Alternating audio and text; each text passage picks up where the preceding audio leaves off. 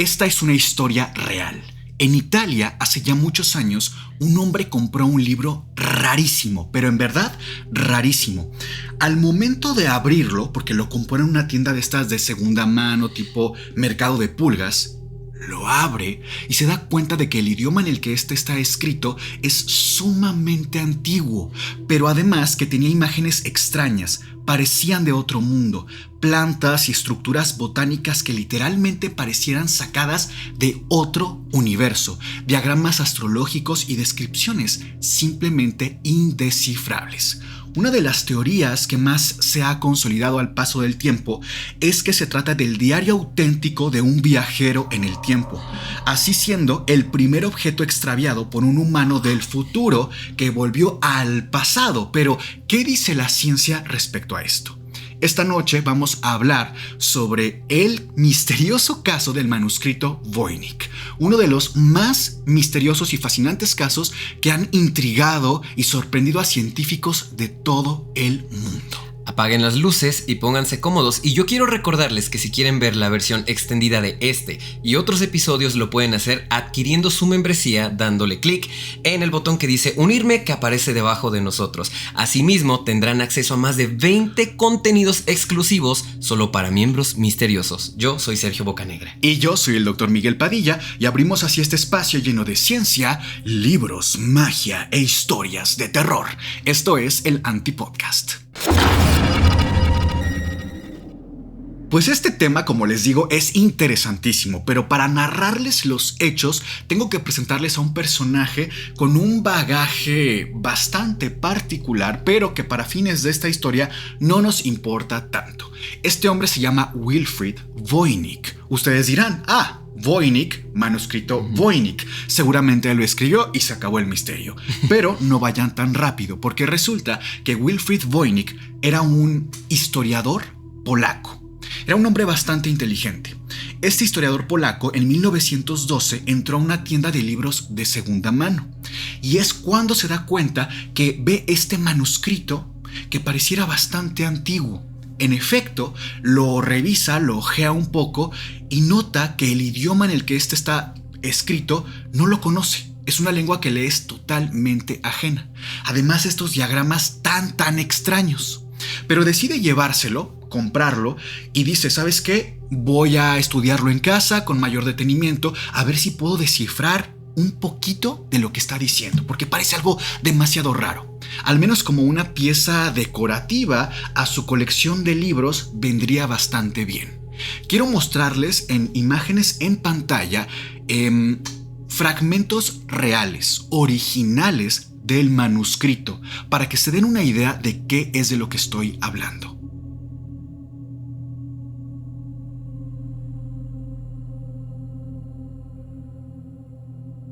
A decir verdad, Wilfrid era un hombre bastante culto, con un bagaje académico muy relevante. Al final de cuentas era historiador, un historiador polaco, como les digo. Entonces su base de conocimientos era bastante abundante, era vasto como un hombre culto, pero ni él pudo descifrar qué es lo que decía este texto tan misterioso. Pudo nada más llegar a 3 conclusiones que me parecen muy fuertes, pero también muy interesantes. La primera es que el manuscrito Voynich está escrito en un lenguaje que no existe en el planeta Tierra. Caray. La segunda conclusión a la que llega es que en su totalidad fue hecho a mano, manualmente, sin ningún tipo de tecnología más allá que algo enteramente manual, por no decir incluso artesanal.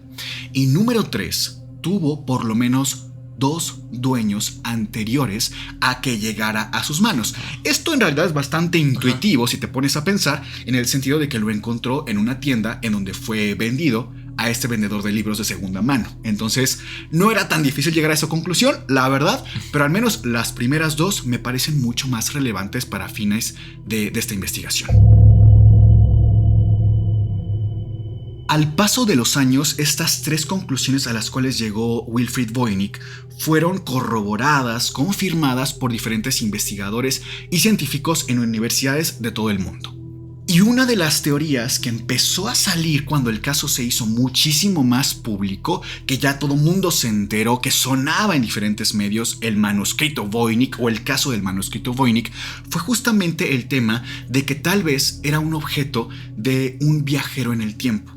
Pero antes de adelantarnos literalmente en el tiempo, preguntémonos por un momento, ¿hay alguna posibilidad de que algo así exista? Un texto, Sergio, ¿tú te imaginas alguna razón por la cual pudiera existir un libro de tales características en un idioma que nadie conoce, que no existe ni en el pasado, ni en el presente, ni en culturas antiguas, ni en culturas contemporáneas, con dibujos de plantas, de flores que nunca se han visto en la naturaleza? Bueno, quizá nos sirva un poco de anclaje el pensar en los famosos códices mesoamericanos. Seguramente hemos escuchado alguna vez de los códices mayas, por ejemplo, ¿no? Los códices aztecas. Pensemos, por ejemplo, en el códice Dresde. El códice Dresde es un conjunto de documentos que escribieron los mayas. Okay. Recordemos que hablar de los mayas es hablar prácticamente de los genios de la antigüedad. Sí. De pronto pensamos que los griegos y los romanos No, los mayas hay que conocer un poquito, porque recordemos que ellos en estos códices dejaban bien documentada su sabiduría milenaria. Ellos dejaron escrito conocimiento ancestral de rituales, pero no solamente a nivel religioso, sino además cálculos matemáticos avanzados que sirvieron de fundamento para después hacer cálculos astronómicos. O sea, ellos podían predecir científicamente, y así lo digo, científicamente, eclipses, lluvias de estrellas fugaces, cambios de temporada del clima, etcétera. Era increíble, Sergio, cómo tenían este conocimiento tan abundante de forma milenaria. El códice Dresde y otros códices, claro, fueron escritos en corteza de árbol, en material vegetal. Se escribía con diferentes formas, y fue años después cuando llegaron los españoles, concretamente a manos de un fraile llamado Diego de Landa, que los ve, el códice Dresde, y decide que eso es demoníaco. Y entonces lo manda a quemar.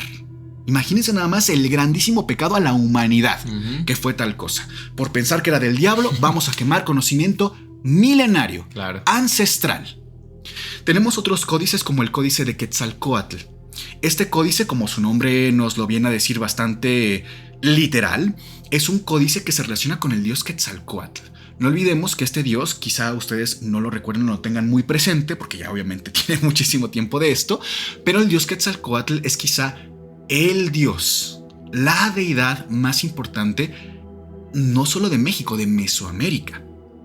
Porque recordemos que Quetzalcóatl es el dios fundamental de la cultura azteca, pero que permea en otras culturas como los toltecas o los mayas. Quetzalcóatl viene de Quetzal, el ave, ¿no?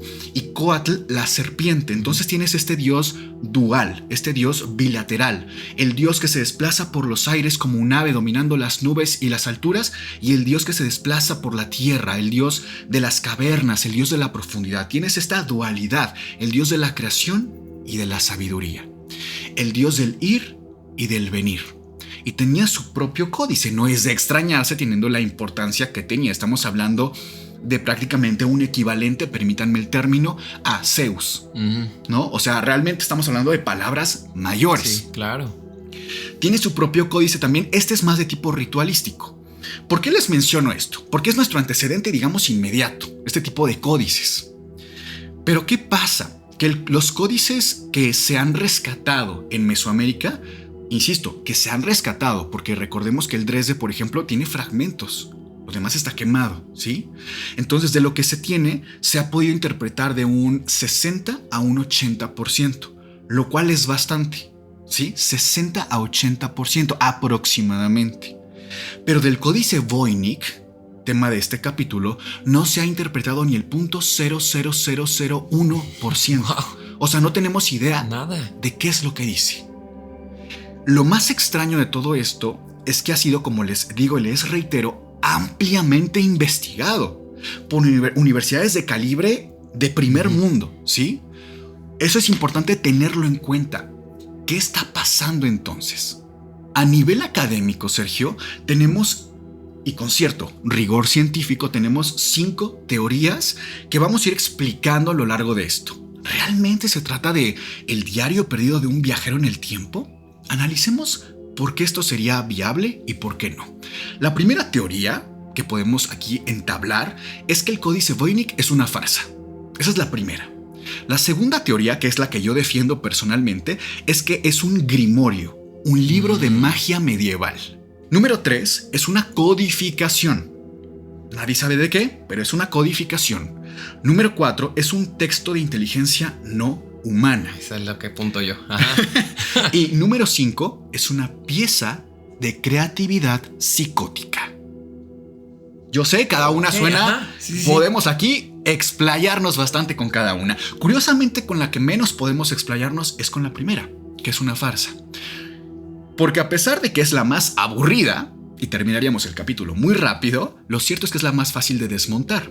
Porque sí sabemos que el Códice Voynich existe, es real, ha sido investigado y sabemos datos muy específicos que son incluso públicos. Cualquiera puede tener acceso a esta información. Por ejemplo, que fue datado con una prueba de tipo carbono 14. ¿Te acuerdas esta prueba para saber qué tan antiguo es un objeto? Sí. En este caso se ha calculado que el Códice Voynich fue iniciado a principios de los 1400. Ok. 1400. Si tú te pones a pensar, ya desde ahí tenemos un antecedente bastante interesante porque no conocemos qué es lo que dice. Fue ya hallado, digamos, de manera más pública en 1912. Recuerden eso. ¿Sí? Entonces, evidentemente... 500 años. Estamos hablando de una gran diferencia exactamente de tiempo. Pero si de 1912 a 2025 le vuelves a echar cuentas, sí, claro, te sorprendes de... No hemos avanzado en absoluto, no tenemos idea. Por eso tanta teoría y tanta investigación de corte científico. Quiero recalcar que las investigaciones del Códice Voynich son de carácter científico. Incluso para los miembros vamos a estar regalándoles las bibliografías.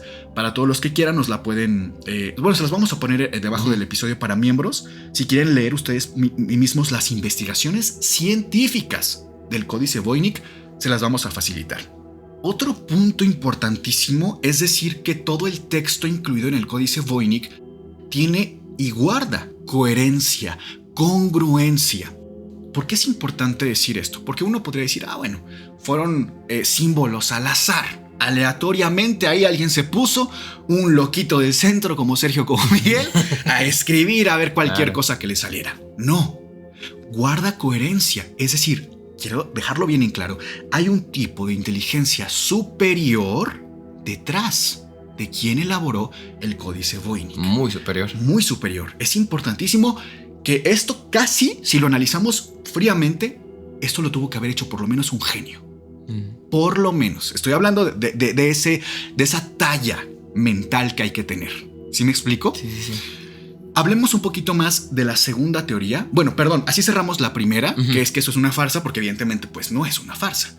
Existe, ha sido investigado, guarda coherencia y viene datado del 1400. ¿Qué otros datos tenemos que nos apoyen un poquito? ¿Cuántas palabras tiene? ¿No? Podríamos pensar, a lo mejor tiene 50 palabras, no es tan difícil hacer símbolos, ¿no? Tiene 37.919 palabras. 37.919 palabras.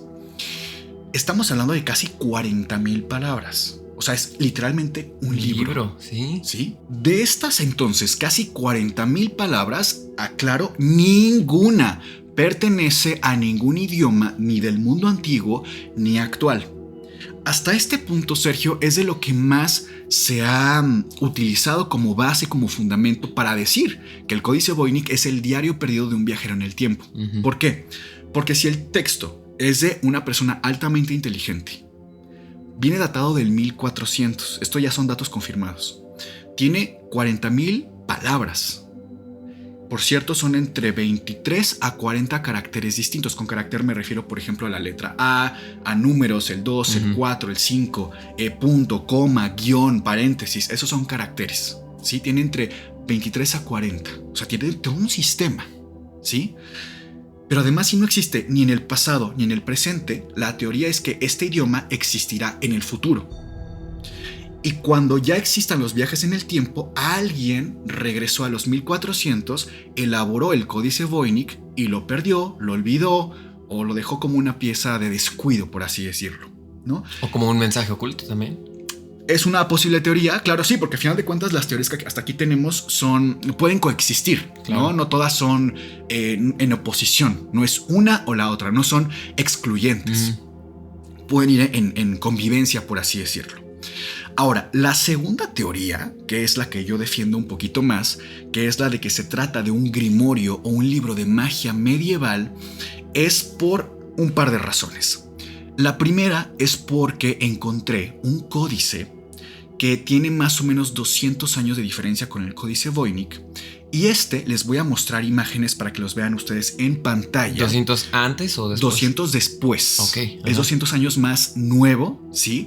Estamos hablando de que finales de los 1500, este códice que les voy a mostrar aquí está datado. Okay, finales de los 1500. Voynich es 1400, inicios de los 1400. Por eso digo prácticamente 200 años de diferencia hacia adelante. Vean ustedes en pantalla las imágenes que les estoy mostrando, que son de referencia. De hecho, te las mandé a tu celular por si las quieres ver. Okay. Están en el chat de nosotros, de los tres. Para que las veas. Si ustedes prestan atención, en pantalla tenemos una primera imagen en la cual aparece una ilustración, un dibujo muy interesante, ¿no te parece? Sí. Si tú te fijas, estas son imágenes, insisto, reales de un códice 200 años después del códice Voynich. Este se llama Thoth. Y si ustedes se fijan, primero tenemos una ilustración y en la parte superior tenemos letras, tenemos un texto. Pasemos a la siguiente, que también esta se trata también del mismo códice. Wow. Bastante interesante la imagen, ¿no te parece? Sí. Bien, insisto que estas son imágenes reales, del códice original. La tercera imagen que aquí les muestro, que pareciera velas, una especie de candelabro o de fuente con velas en diferentes disposiciones localizadas. Y en la parte superior también tenemos texto. Y por último, otra imagen que les traigo, por penúltimo, la portada, el encuadernado original del códice Thoth. Quiero que lo vean. El cuidado al detalle que tiene, la estética que guarda, si te fijas en los grabados. Sí. Y luego tenemos ya una última página que es totalmente de texto. Este texto, si ustedes lo analizan, es bastante... va muy pegadito toda la letra. Analicen detalladamente el texto y notarán que hay poco espacio entre las letras, poco espacio entre las palabras. Este tipo de escritura se llama gótico textual y es un tipo una técnica de escritura que se utilizaba mucho para aprovechar los espacios y escribir en fragmentos muy cortitos de pergamino, porque no se tenía tanto acceso al pergamino, era prácticamente un lujo, ¿sí? Ahora, comparemos este texto con la siguiente imagen que, a ver si la estás viendo, es esta de aquí. Ok. Compara este tipo de letra. Si tú te fijas, es mucho más redondeada, es mucho más boludita, no tiene no está tan junta toda, ¿sí? Este tipo de letra se llama galicana. Que les digo es bastante diferente a la del códice Thoth. Quiero mencionar que esto que estamos viendo ahorita en pantalla no pertenece al código Thoth, es otro tipo de letra que es más bien de tipo religioso.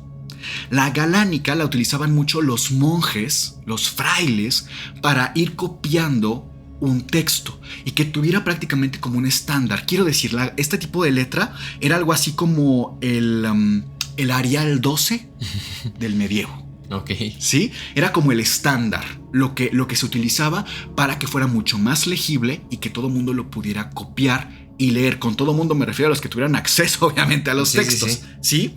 Ahora, volvamos al códice Thoth. El códice Thoth, vuelvan ustedes a ver la letra, como incluso tiene unas diferencias en cuanto a la serifa. La serifa es estos adornitos que tiene la letra al final comparativamente. No los tiene así el códice Thoth. Ahora, ¿qué sabemos o de qué era el códice Thoth? Quizá como ustedes ya hayan intuido por, sobre todo, los dibujos, las ilustraciones originales, se trata de, en efecto, un grimorio. un libro de magia medieval original. No voy aquí a explicarles los conjuros y los hechizos, eso será motivo para otro video, pero el tipo de escritura gótica era muy utilizada por personas que practicaban la magia, la alquimia. No olvidemos tampoco, Sergio, que la magia en la antigüedad no era solamente una varita mágica y un caldero, era prácticamente ir en conjunto con la ciencia. De pronto hoy en día tenemos que la magia y la ciencia son dos cosas totalmente separadas, pero en el mundo antiguo, para acceder a la ciencia tendrías que hacerlo a través de la magia, y viceversa, para acceder a la magia tendrías que hacerlo a través de la ciencia.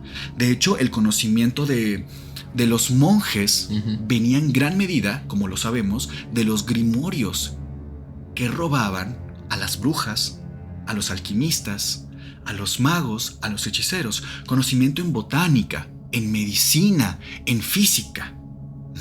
O sea, no olvidemos eso.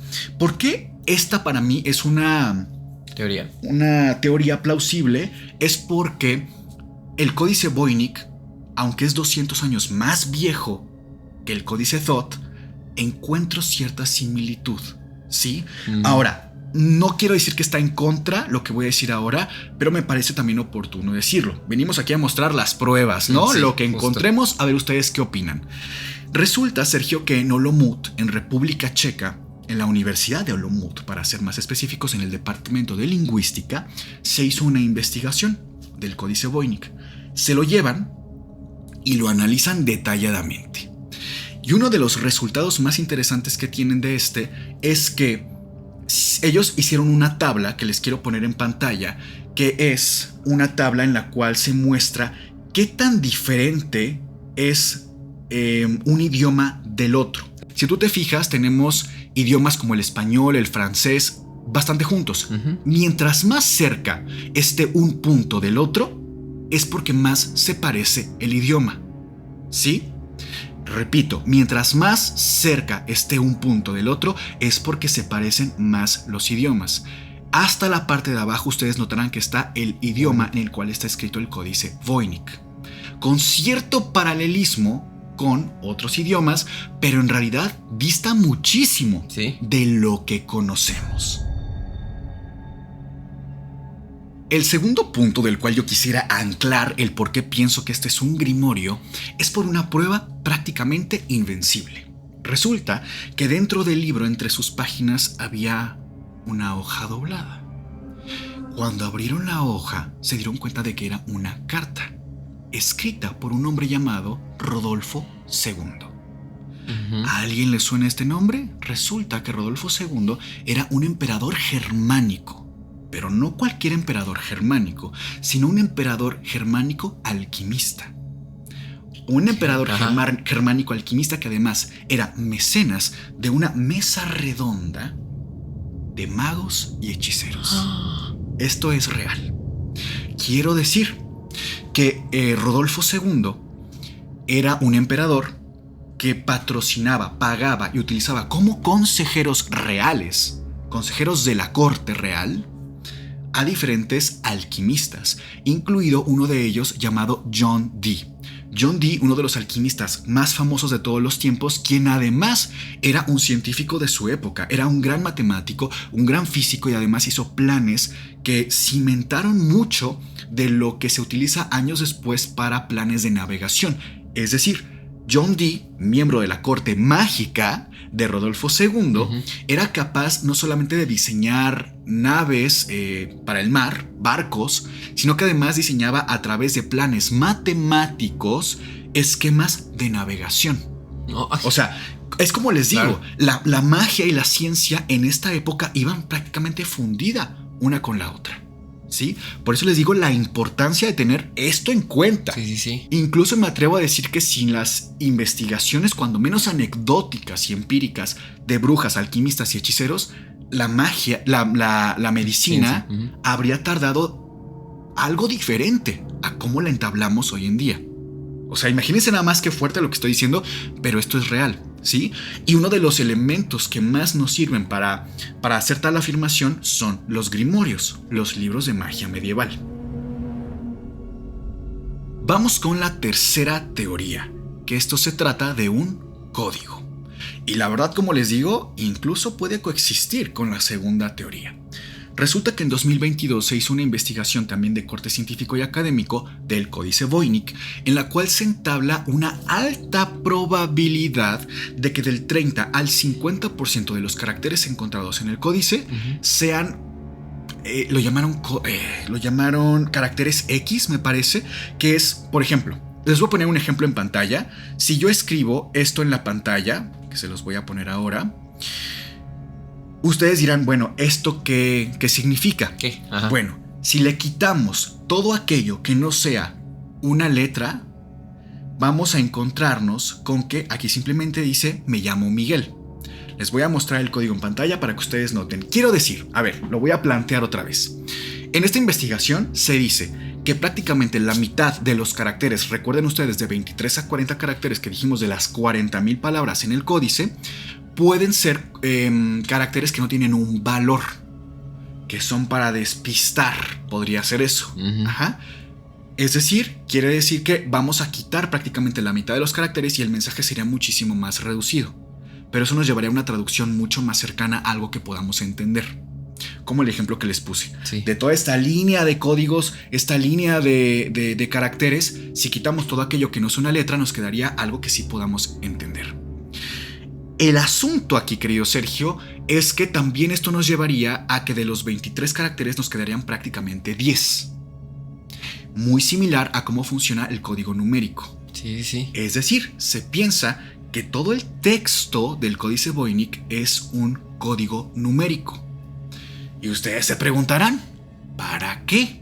Pues bueno, hay un tipo de codificación que se llama codificación esteganográfica. ¿Has escuchado alguna vez de esto? La verdad no. Es una palabra bien rara, ¿no? Sí. Esteganográfico, ¿qué es eso?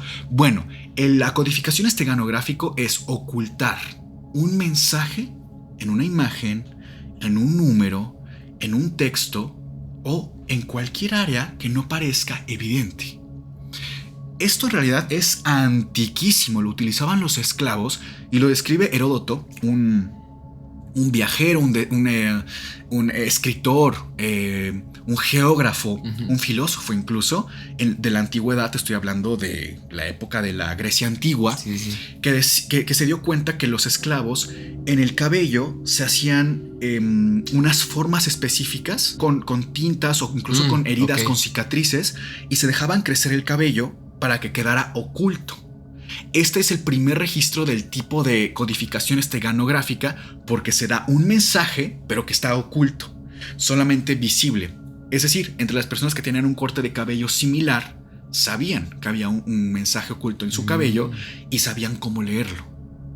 O sea, era un mensaje oculto, muy rudimentario tal vez, pero esto es llevado a nuevos panoramas, ¿sí? Avanzados, como en este caso, un códice numérico. ¿Aquí entraría también lo del código Da Vinci, por ejemplo? ¿La forma en la que escribía?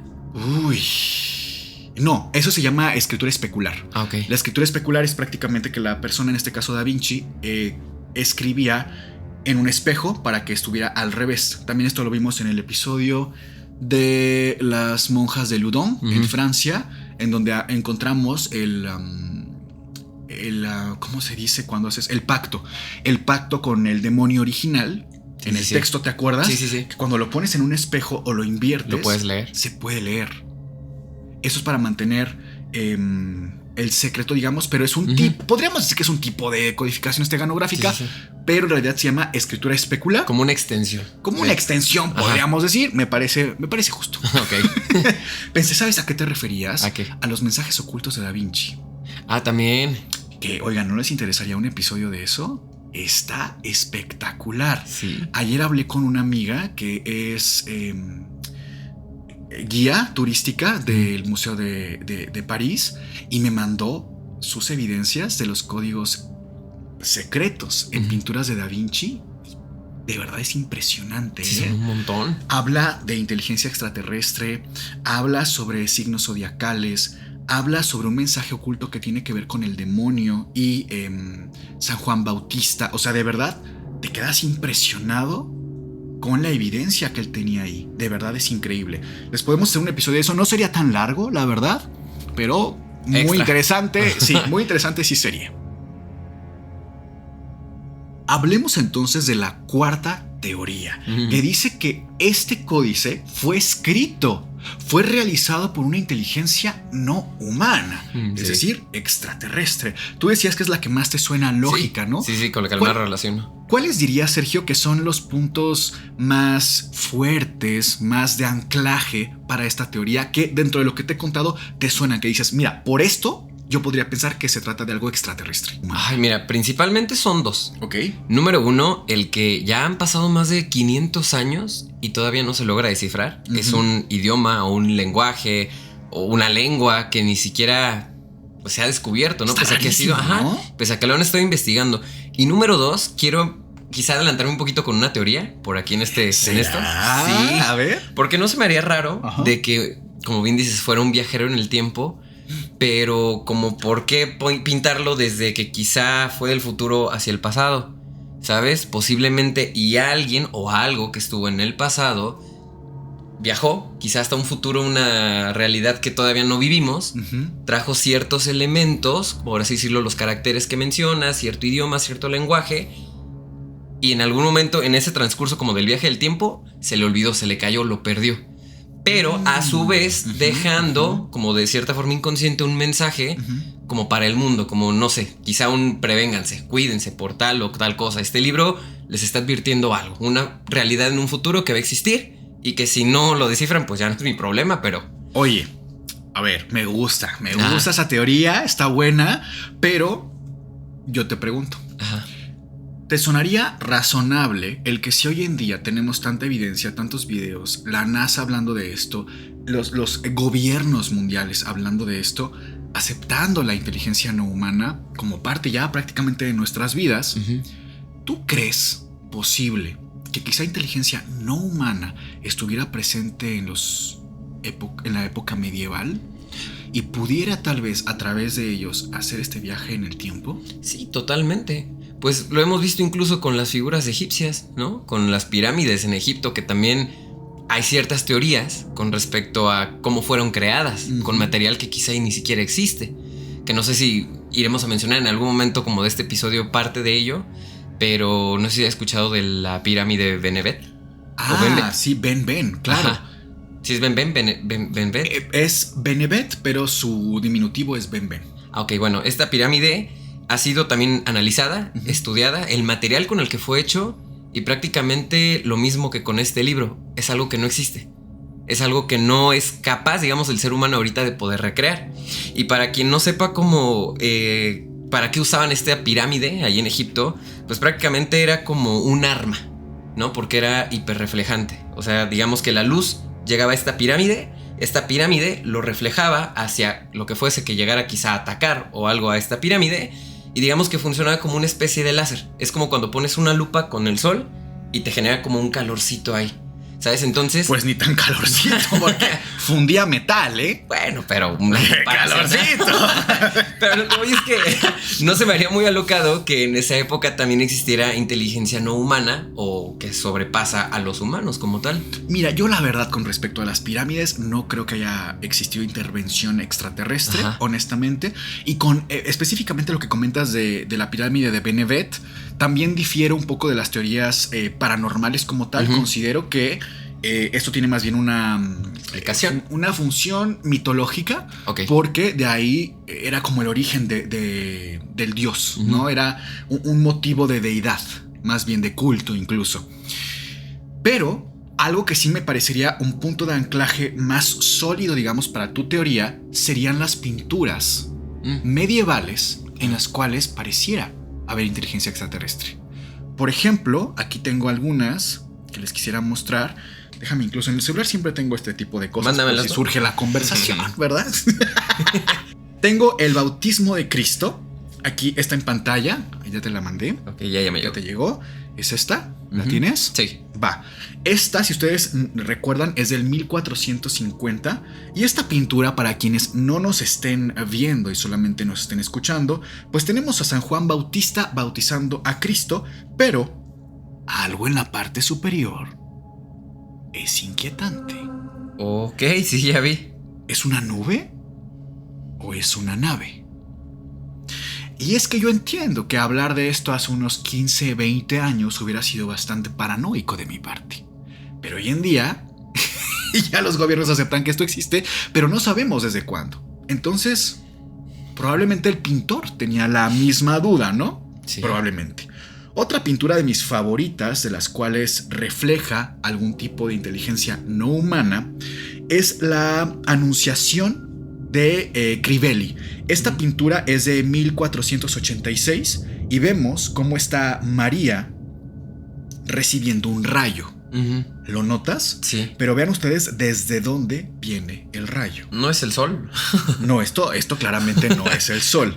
A ver, entiendo que en el arte un poco funciona el tema de abstracción y demás, pero esto me parece una clara referencia a una conexión entre una nave y una figura religiosa. Esto se está poniendo un poquito a lo mejor más fuerte conforme avancemos, pero otra pintura que también aquí les tengo, que es de mis favoritas, es El Milagro de la Nieve. Esta es mucho más cercana a cuando fue realizado el código Voynich, porque fue del 1400 por Masolino da Panicale, un italiano, que vean ustedes cómo se ve a Cristo y a María parecieran en una nube, pero ¿realmente eran nubes? ¿O parecieran platillos? ¿Parecieran naves? ¿Qué tanto de lo que hemos visto en el cielo lo pudieron haber confundido nuestros antecesores con santos, con ángeles, cuando solamente eran no humanos? Y con solamente me refiero obviamente a algo que ya estamos un poco más normalizados, ¿no? Pero bueno, y una de mis sin duda favoritas es también esta, que es El Bautismo de Cristo de Gelder. Esta es del 1710. Igual tenemos estos rayos de luz que vienen bajando, pero vean desde dónde. ¿Esto qué es? Ay, qué fuerte. ¿Verdad? Estas incluso, les digo, son las pinturas contemporáneas, cercanas más o menos a los tiempos del Códice Voynich. Es que estoy incluso analizando como las figuras como más cercanas a lo que parece ser pues esta deidad, por así decirlo, que está bajando con estos rayos. Y tiene una figura que ni siquiera parecen como ser humano, ¿sabes? ¿A qué figura te refieres, perdón? A todos los que están aquí atrás, mira. Estos de aquí ni siquiera tienen como una figura humana, si te das cuenta. O sea, como más alargados, ¿no? Ajá, sí. E incluso en una anterior también me di cuenta que sus rostros están o borrados o difuminados de dos personas ahí. De dos sujetos. Ok, fíjate que la observación me parece muy muy interesante. Sin embargo, también recordemos que en el arte un poquito la anatomía no se respeta todo el tiempo. Esto lo vemos, por ejemplo, en el estilo del manierismo, que es un estilo en el cual los cuerpos de las personas tienen más como de esa itálica, como ese alargada. Con formas, aquí les vamos a poner algunos ejemplos de manierismo para que ustedes vean que en realidad esto no es que sea extraterrestre, es nada más un estilo dentro del arte pictórico, ¿no? Pero tu observación me parece muy, muy prudente, muy buena también, porque digo, al final del día complementa, ¿no?, lo que estamos viendo en pantalla. ¿Y si le modificáramos también la parte de la luz? Ay, a ver, capaz que descubres algo. Pues ve, esas caras aquí no me parecen humanas. A ver, no, yo sí estoy muy ciego, ¿eh? ¿Esto? Ajá. Ve, así se ve normal. Ajá. Y si lo ves así, a mí se me asemeja como a unas figuras, ¿sabes? Como a unas caras y yo. Bueno, no sé. ¿Ustedes qué opinan? Creo que está interesante por lo menos el abordarlo desde ahí. Se nos está trabando y todo el día. Descubriendo cosas, ¿eh? Han estado aquí todo el tiempo, Sergio. Nosotros creamos. Nosotros somos los extraterrestres. Soy Voynich.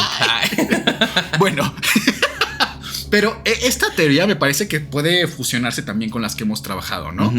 También entendamos una cosilla. Quizá ahorita nos suene un poco como a ciencia ficción el tema de los viajes en el tiempo, Sergio. Pero yo pregunto, si trajéramos a alguien de los 1400 justamente a nuestra época, ¿qué le pareciera ver que podemos hablar con otra persona en cualquier lugar del mundo con un pequeño dispositivo, nuestro celular? Pero esta persona diría, esto es magia, esto es un espejo mágico. O que podemos desplazarnos en el aire con unas bestias de metal. los aviones. Claro. ¿No? O que podemos conectarnos y escuchar la voz de otra persona a distancia. El internet, tenemos todo el conocimiento del mundo al alcance de ChatGPT. Y sí, ¿eh? ¡Es una locura! Oye, ¿a ti se te haría raro si alguien de repente llega y te dice yo vengo del futuro y te muestra evidencia y todo tal cual? Sí, te muerde. No, que alguien llegara al futuro y que llegara con un dispositivo que nosotros no conocemos y así, con evidencia, ¿no? Hasta incluso hologramas, así, yo qué sé. Algo diferente, ¿se te haría raro? ¿Lo tomarías mal? ¿Te asustaría? Mira, aquí en la colonia, como hay mucho cricoso, igual y no. Y sería algo que uno espera. Pero yo sí diría, pues vamos a sentarnos a platicar. O llévame, ¿no? A ver si es cierto. No, imagínate nada más. No, porque ese salto en el tiempo, ajá, a lo mejor ahorita estamos como muy en la risa, bromeo, pero claro, de verdad, qué impacto. O sea, es otro mundo, otro universo prácticamente, lo que se vivía en el 1400 a lo que hoy tenemos. Como les digo, para ellos seríamos unos hechiceros extraterrestres. O sea, tú ya no estarías con vida en el pasado. ¿Por qué? Pues por ser un hechicero, un alquimista prácticamente tú. ¿Sí o no? Pero bueno, vámonos entonces con la última teoría de la noche, que esto se trata de una pieza de creatividad psicótica. Esta teoría en realidad es bastante... Híjole, es que no sé cómo decir esto, pero a ver, la teoría va así. Resulta que en ciertas enfermedades y trastornos mentales, por ejemplo la esquizofrenia, se puede, a través de un patrón de pensamiento, salir de tu propio patrón de pensamiento. Quiero decir, el pensamiento de la persona en ocasiones, no siempre pasa esto, que tiene esquizofrenia, por ejemplo, u otros trastornos, llega a ser de tipo divergente. Llega a tener conexiones inusuales. No conecta a través de la misma lógica que lo hacemos como 1 más 1 es 2. Para una persona con pensamiento divergente, podría decir que 1 más 1 es Medusa, ¿no? Y tiene una explicación detrás de esto. Hay incluso personas que han documentado cómo va avanzando su enfermedad mental a través de su arte y cómo el pensamiento y la creatividad tiene una gran diferencia. O sea, eso es muy notorio en muchos artistas.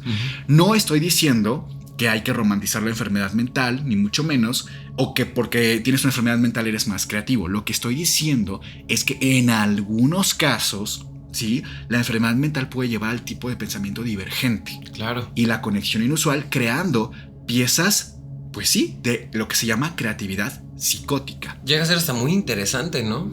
Llega a ser muy interesante porque además hoy en día creo que tenemos muy hablado el tema de la neurodivergencia, por ejemplo, y sabemos que algunas personas, por ejemplo, con Asperger, son sumamente inteligentes. Sí. Claro, ya lo tenemos un poquito también por series de televisión como The Big Bang Theory, Bones, etc. The Doctor, ¿no? Good Doctor. The Good Doctor, claro, que son personajes con un espectro autista o dentro de un espectro autista y que son hiperinteligentes. No es en todos los casos, ¿no? Pero nos sirve un poquito de referencia para entender. Pues de hecho hay un caso de un hombre que también tiene este espectro autista y que incluso se le considera como el hombre más inteligente del mundo y ha roto récord Guinness. Ahorita no recuerdo muy bien el nombre, pero, o sea, imagínate que este hombre ha sido capaz de dictar o escribir a pura memoria el número pi con más de 24,000 caracteres. No, yo te manejo nada más 22,000. Imagínate. No, imagínate, o sea, a qué nivel puede llegar a tener como este, ¿cómo te puedo decir? Sí, llevarlo como a ser un superhumano prácticamente. Exactamente. ¿No? Que no estaría mal que hicieras un episodio por ahí de que nos presentara casos de superhumanos, ¿no? Reales, sí. Reales, estaría muy bueno, los verdaderos X-Men. Que hay muchísimos casos. Una chica que tiene habilidades supuestamente de telequinesis, por ejemplo, etcétera. Muchísimos casos bien interesantes, pero bueno, no nos salgamos tanto. Regresemos. Pero regresemos porque puede ser bastante posible. Esa es la última teoría. Obviamente ustedes tienen la palabra final y vamos a estar leyendo en los comentarios. ¿Ustedes qué piensan que dirá el manuscrito Voynich? Yo honestamente me quedo con la teoría de que es un tratado de magia, que alguien muy inteligente lo hizo, alguien del calibre, por ejemplo, de John Dee, miembro de la corte mágica de Rodolfo II, este emperador germánico que les conté, porque era gente, al final de cuentas, eran los genios de su época, ¿no?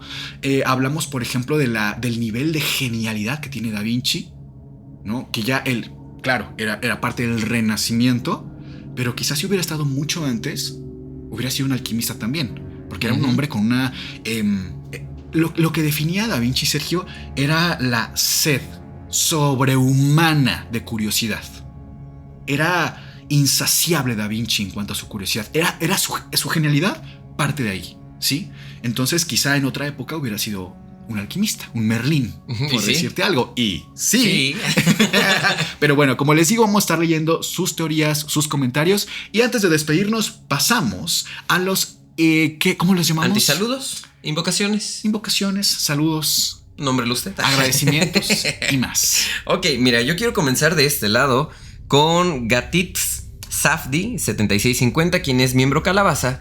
Y dice, ustedes son la razón por la que he desarrollado paciencia. Espero cada fin de feliz porque incluso si he tenido una mala semana, ustedes la salvan. También tengo a Charlie-AN, quien también es miembro Calabaza y dice, siempre me emociona que llegue el sábado para poder ver sus videos. Gracias por su investigación, tiempo y dedicación. Amo su compañía cuando me maquillo. Los quiero mucho y les mando saludos, Fer, Sergio y Miguel. Un saludo, querido Charlie. Yo quiero invocar a Sarah Whitlove, quien es miembro fantasma. Bienvenida. Y dice, el Antipodcast fue mi podcast número 1 en Spotify. Me encanta. Por fin me convencí de ser miembro y estoy amando los beneficios. Son demasiado increíbles. Los amo. Me acompañan siempre en el trabajo y me ayudan a mantenerme despierta. Estoy muy emocionada a recibir mi invocación. Saludos desde Nicaragua.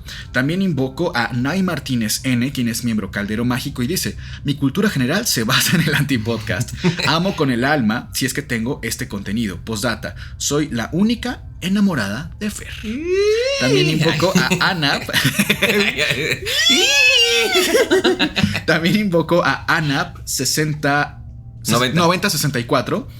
Que es miembro Calabaza y dice, muchas gracias Sergio y Fer, por fin me hice miembro y vale totalmente la pena. Admiro mucho el nivel de investigación que nos traen cada semana y espero que siga así. Claro que sí, querida Ana, la verdad es que hay temas que entendemos que no son interesantes para todo el mundo, o sea, claro, depende del gusto. No nos interesa a todos lo mismo, pero es lo bonito también del Antipodcast, que por lo menos algo vas a aprender. Algo por ahí va a salir. Y pues bueno, fue un gusto estar con todos ustedes. Sabemos que fue un capítulo un poquito más corto, pero es increíble. Sergio, ¿algo más con lo que te quieras despedir, amigo? Te veo con el rostro desencajado. Y yo pues nada, que pasen bonita noche, que se asusten mucho. Ya tiene hambre. Y nos sigan apoyando. Óyate, un KFC. Vámonos a cenar. Y pues bueno, nosotros somos Sergio, Fer y Miguel y esto fue el Antipodcast. Les deseamos dulces pesadillas.